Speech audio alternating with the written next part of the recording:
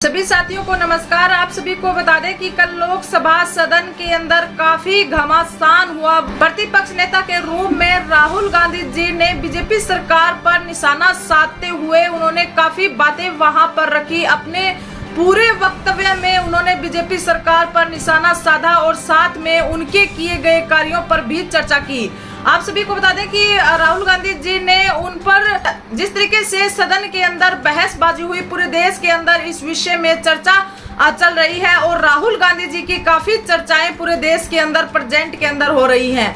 आप सभी को जानकारी दे दें कि राहुल गांधी जी ने सदन के अंदर बेरोजगारी, महंगाई और साथ में नीट की परीक्षा के साथ साथ किसान आंदोलन पर और किसानों के 3 जो कानून थे उनके ऊपर चर्चा रखते हुए उन्होंने अपनी बातें रखी। इसी बीच उन्होंने बीजेपी सरकार पर आरोप लगाते हुए कहा कि बीजेपी सरकार 24 घंटे इन लोगों का काम नफरत फैलाने का है और 24 के 24 घंटे में ये लोग नफरत ही फैलाने का काम करते हैं। इस देश के अंदर ये हिंसा फैलाने का काम करते हैं। हमारे देश के अंदर महान विभूतियां हुई जिन्होंने अहिंसा का पाठ पढ़ाया। कुछ भगवानों की फोटो दिखाते हुए भी उन्होंने इशारा किया कि इनके जो संदेश थे, इनकी जो प्रतिक्रिया थी कि डरो मत और डराओ मत, उनको लेकर उन्होंने बातें रखी और उन पर बीजेपी सरकार पर निशाना साधा कि आज जिस तरीके से ये लोग डराने का काम कर रहे हैं, जो जनता भारत की जनता है उसको डराने का काम कर रहे हैं और एक हिंसा का माहौल क्रिएट कर रहे हैं, ये इस तरीके की राजनीति बीजेपी सरकार प्रेजेंट के अंदर कर रही है।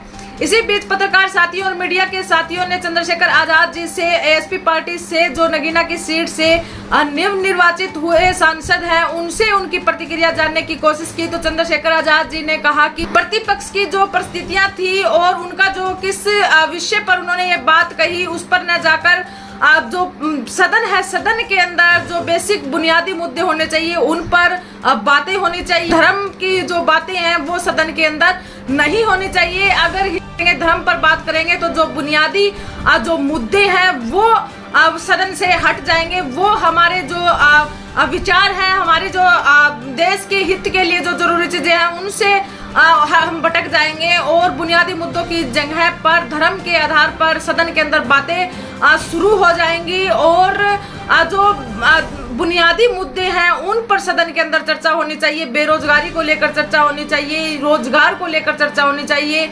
महिला सशक्तिकरण और देश के डेवलपमेंट को लेकर पार्लियामेंट के सदन के अंदर बातें होनी चाहिए और साथ में अग्निवीर योजना को लेकर भी चर्चा होनी चाहिए। जो बुनियादी मुद्दे हैं उनको लेकर सदन के अंदर चर्चा होनी चाहिए, ना कि धर्म को लेकर सदन के अंदर किसी प्रकार की चर्चा होनी चाहिए। इसी तरीके से अलग अलग जगह पर अलग अलग लोगों ने अलग अलग प्रतिक्रिया इस पर दी और राहुल गांधी जी के इस वक्तव्य की काफी पूरे देश के अंदर चर्चा हो रही है और खूब सोशल मीडिया पर प्लेटफॉर्म पर खूब वायरल ये वीडियो उनकी जो कल का जो उनका भाषण रहा 30 से 40 मिनट का उनका भाषण रहा वो खूब वायरल हो रहा है और लगातार वो बीजेपी सरकार पर निशाना साधते रहे और बीजेपी सरकार के जितने भी नेता थे वो सुनते रहे और राहुल गांधी जी को बीच बीच में वो टोकते भी रहे।